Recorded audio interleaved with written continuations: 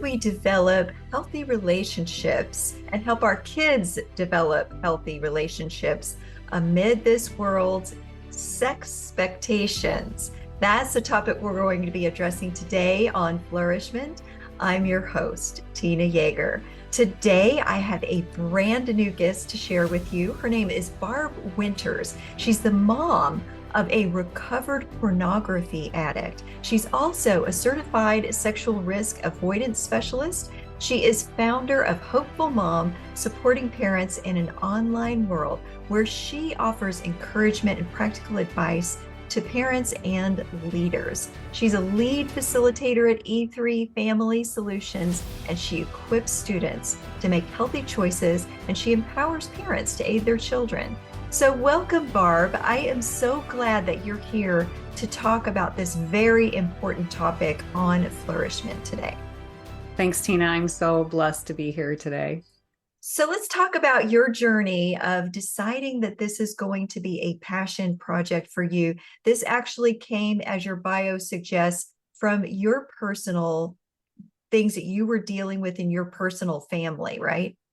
Yes, absolutely. So I'm a pastor's wife. I was a homeschool mom. And, we never imagined that pornography would be in our home, but it was, and I didn't know it. And when I found out, I was devastated, shocked, angry, felt guilty, all the feels. And mostly I felt alone because who do you talk with about this stuff? So I didn't tell anybody. We didn't tell immediate family even. I only had one person that I spoke with, and she was a couple of states away because of the stigma. And because of just, the feelings that go along with all that, and because we haven't talked about it in the past. So as I journeyed through trying to help my son in all this and not able to figure out how I could help myself, not finding help for myself, which was a very long journey. I did a bunch of research and I started learning various things like how prevalent pornography is in our homes today. And I started wondering, why aren't we talking about this? Why aren't parents talking with each other? And why aren't parents talking with their children about the prevalence of pornography? And of course, it's morphed into a lot more than that since I started doing my research. So just social media issues, human trafficking, sending nudes, all the things. Like, why aren't we discussing this with our children? And so at some point, I really just felt the nudge, like, hey, I should be talking about it. And that's when I decided I'm going to start Hopeful Mom and start having these conversations. So that was the spark. That was the beginning. I'm so glad that you were obedient and courageous enough to take up that mantle, that walk to begin to address this topic that the enemy is attacking us with two lies on. He's attacking us with the destruction of the sexual perversions and all of promiscuity and the pornography, and just twisting that good gift that God has given us into something that's destructive to families and to relationships. And he's also creating this lie of isolation that keeps us from getting the healing that we need in those spaces. So can you talk to the people who are listening who feel alone and aren't aware of what the actual statistics are of how prevalent these issues are among families and even among pastors' families? Because I think the enemy wants to target leaders in ministry above all else, and they don't realize that they're not the only leaders who are suffering. Can you talk about that a little bit to kind of help people understand that? Yeah, absolutely. I don't know the exact statistic, but it's something like 1 in 5 youth pastors watch pornography, or might even be higher than that. But Covenant Eyes has a lot of statistics about that. But it is very prevalent. And by the age of 18, almost every one of our children will see pornography. Now, that doesn't mean it leads to an addiction like my son, but it's out there and they're seeing it. The average age of first exposure is somewhere between 8 and 12, depending on what research you read. And I've heard of parents who've told me even at the age of 4 and 5 that their children were exposed. And so getting to your question about the isolation, that's really, like you said, what the enemy wants is for us to feel a guilt, shame, the stigma over it, like you're a bad person. And really, when I found out about my son, I really had a hard time figuring out even how I should view him. And at first I was thinking, are you a monster? Because that's what I've been told, that people who have this sort of habit in their lives, they're like the predators who kind of go in the back end of the store, and do that, which I'm dating myself. But that's how I had, I was like, is my son a monster? And as I continued to work with him, I realized, no, he's actually a victim, because pornography is preying on our children. They know that if they get a child early enough, that they will have a consumer for life. So the algorithms are bent against us, right? They want our children to find this. And when I figured that out, and I could see my son as a victim and a potential victor, because he did eventually overcome this issue, and I had that view of him, like he can be a victor in Christ, of course. Then I was able to turn around like how I thought and how I interacted with him, and how the relationship could grow, and I could come alongside him. I mean, not that I wasn't coming alongside him to begin with, but it really just changed. And so as a society, we need to start looking at this differently. And as you know, Tina, if things are in the dark, we need to bring them into the light, which is why I'm talking. When we talk about it, we break that stigma, we break the power that the enemy has on us, and we can start walking toward healing and reconciliation and restoration. So I think that's the biggest thing, is like, let's just talk about it. Let's bring it out into the light and not give it the power that it's had in the past. So, how do we create safe spaces where people are willing to discuss this without judgment and without condemnation and shame? Well, I think we have to just step into the awkward. I mean, because it's not going to change until we change. And so there's that tension, that moment where we're thinking, what do I say? What do I do? And we just have to be brave and, relying on the Holy Spirit and say, this is something that's important and prevalent. And of course, I have a little bit of pull, if you will, as a pastor's wife and as a sexual risk avoidance specialist, and someone who goes into the classroom. So, it's become easier for me as I began to talk about it. But, a mom even wanting to talk with her child, there's that awkwardness in that, is this right? Because of society and how we've kind of viewed it. And especially in the Christian circles, right? It's all hush hush. We don't talk about sex. But we should, and actually the earlier we talk about it with our children, the better and easier it becomes. But I think it's just a matter of us saying, hey, I heard this podcast the other day and they were talking about the prevalency of pornography. What do you know about that? Just step into the awkward. In our families and in our spousal relationships, we can also make sure that we talk about relationship and talk about how we love one another despite what we may make as mistakes, and being able to create that space ahead of time and say, whatever it is, let's talk about it together and be willing to walk through it together. I think creating that discussion about what relationships are meant to be in Christ and how we continually keep one another in the truth, in love, right? Yes, absolutely. Because when we give them what a healthy relationship looks like, which is what my book is about, what does a healthy relationship look like? And if we continue to talk about that, then they will see the unhealthy signals. They'll see those red flags easier when something is amiss. Definitely. Let's talk about how kids and adults get sucked into these unhealthy situations with pornography or being abused by predators or online predation that happens. How do they get pulled into this? Let's talk about that normal dopamine response that is perverted and twisted and used against them.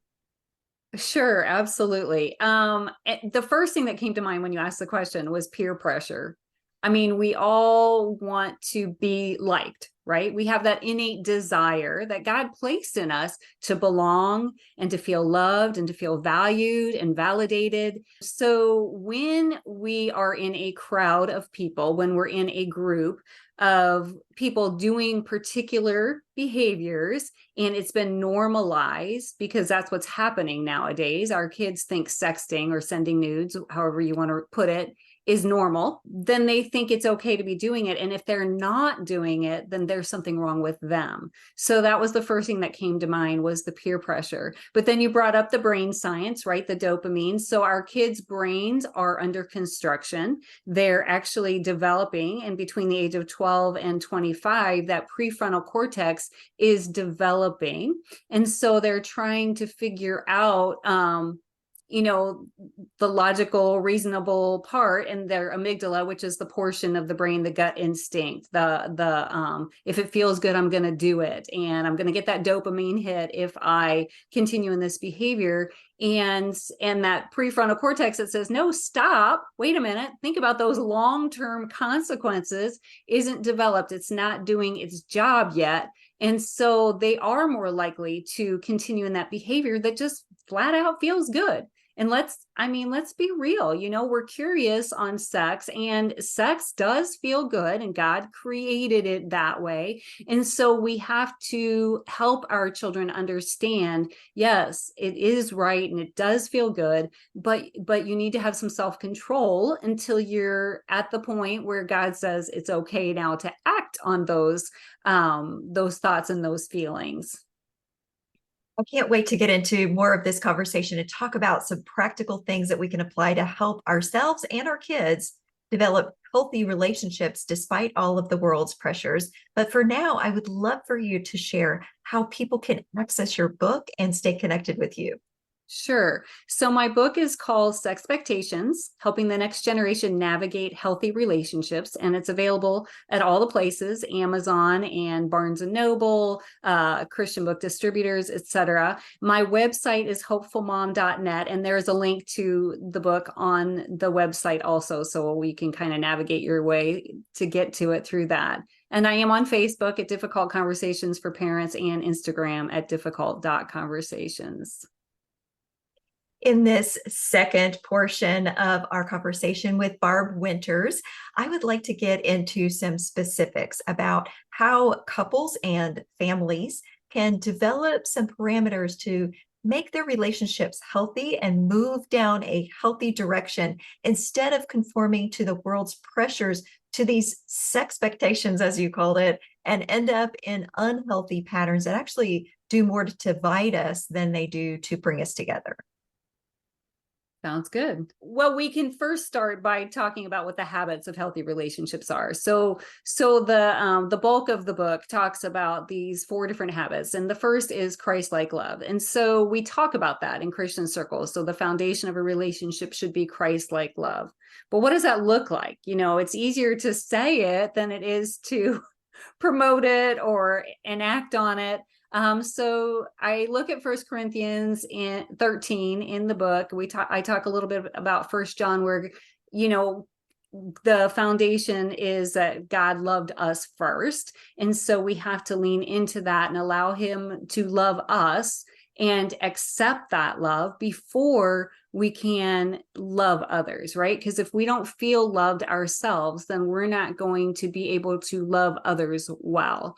And then, when we have that foundation, then we can do the selflessness and mutuality, and then communicate well with others because of that foundation. So that sounds like a great roadmap toward helping develop those basics for what a healthy relationship looks like. Can you talk about how we learn to stand against the lies of the enemy that are in the airwaves around us, that are pressuring us to do things that seem like they're okay and normalized, as you mentioned in the first half of the conversation, but yet they are preventing us from experiencing something better? Is there a way to frame this so it isn't about restricting us from things that look like they're good, but instead about protecting us from things that aren't on the other end of them actually good for us? Sure. So, boundaries comes to mind.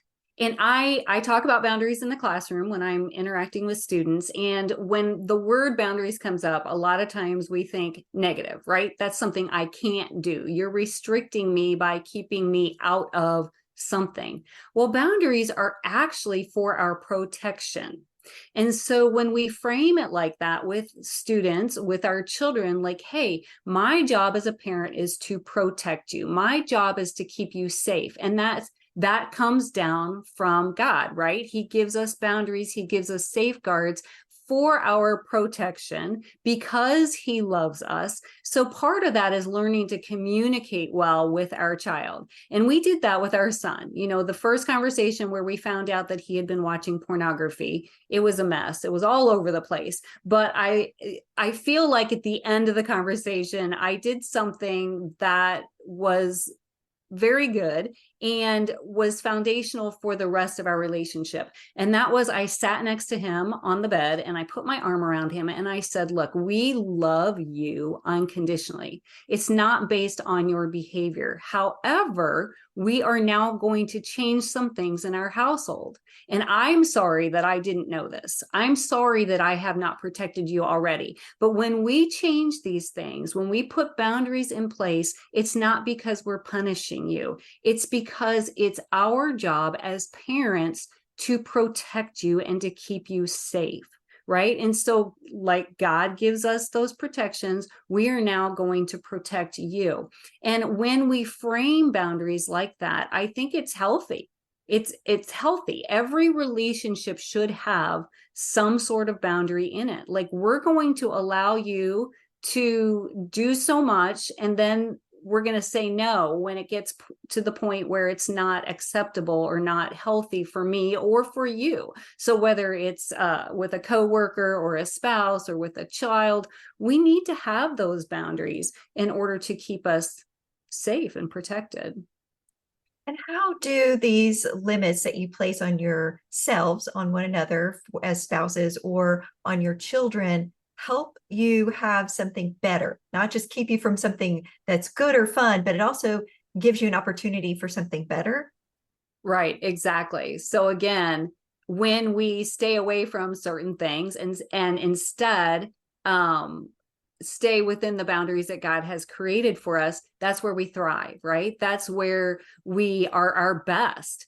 So I am at my best when I don't watch pornography. Well, that's not real hard for me. That's not been a problem, right? So but I know that God created a space for me where I am, instead of filling my eyes with that, I'm filling it with things that are lovely and pure and helpful, right? So when we fill our minds and our eyes and our thoughts and our hearts with things of the Lord, then that's where we thrive.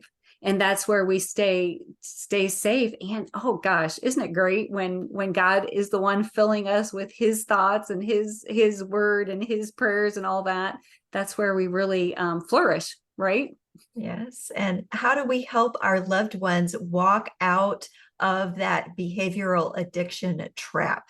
There is a dopamine response issue with a behavioral addiction, kind of similar to a chemical addiction. It doesn't work exactly the same way, but you're replacing the brain's normal dopamine production with what you're seeking online. And that could be with the nude sexting, in addition to the pornography addictions that happen. It could be gambling as well, for that matter. But that is how that works. It's a Right. dopamine response issue. So, how do you help your loved one get through that and move forward in a way that's going to help them have deliverance and freedom from that addiction? Yeah. So there's a lot of things. And I'll just, based on my own experience with our son, one of it was just one's education. Like, when we talk with them directly about what you said, like, here's what's happening in your brain, and here's why it's not good for you. And we also educated on the various ways that it can trickle down into the rest of their life. So talking about, this is not this is going to harm relationships in the future, whether it's with your girlfriend now, or whether it's your future spouse, or whether it's with an employer or with your own kids. So educating on all the things. One of the things we like to educate in the classroom too is that pornography fuels human trafficking. So when we help the kids understand that this is harmful to other people in addition to yourself. So the educating, but then also, like, educating what's going to be good, how you're going to feel better when you find different avenues, different outlets for these things. So if you're bored and you're feeling like this is how I need to fulfill that problem, instead turning from that and finding a different outlet. So maybe exercising, or relaxation exercises, or eating well and making sure you're sleeping well. So getting back to the basics of what is healthy physically, spiritually, emotionally, and then walking through them with that. Now, when I talk with parents about their kids, one of the most important things is that the child really needs to want to walk away from it. So you have that moment, they're, a 5-year-old, you can physically pick them up and move them out of a space, but a 15-year-old, you can't do that as well. So trying to help them see, and walking with them until they get to that point where they have the desire on their own to change. And then, praying with them, checking in with them every night, getting them some sort of a program where they understand the ramifications, but then also are working toward the healthy things. And so, and then walking it out with them and understanding that there's going to be setbacks. So, it was a long process with our son. It was several years before he could say to me, I'm not struggling anymore. And so having that understanding heart, we need to understand where our kids are coming from. And some of that's looking at what we do, right? Because I struggle with various things, temptations. It's not the same temptations, but if I think about the temptations that I struggle with and how they pull me in, then I can have some empathy for my son and where he's at, and understand, what, if there's a setback, I've had a few setbacks myself, so I can come alongside better and be more understanding. So what is one thing that you want to make sure that parents and spouses know about navigating these sexpectation traps and how to walk out of them? Well, first of all, this doesn't define you, right? Let's give some hope here. So, this is a moment in time. It's not the rest of their lives, hopefully. And so it doesn't define us as a parent. It doesn't define us as a spouse, and it doesn't define our children. So their story's not over yet, and our story's not over yet. We are a work in progress. God is still doing a job on us. So there is hope, and we can walk out in that hope. I love that. And I know that you have more specifics available through all of the things that you provide on your website and in your book. Can you share how people can access those? Absolutely. So the best way to get a hold of all the stuff is through hopefulmom.net. And I have a great resource page there that links to a lot of different things. I've got information about the book on there. And I do write blog posts too, and have guests who write blog posts. So ton of information. You can also catch me on Facebook at Difficult Conversations for Parents, and on Instagram at difficult.conversations. I hope that all of you listening were inspired and encouraged to go out and look up more information to help yourself, your family, your loved ones through these sexpectation traps that we find ourselves in this world. And of course, I also hope that you will hit subscribe and come back for the next episode of Flourish-Meant. Flourish-Meant is part of the Spark Media Network and can be found on the Edify app.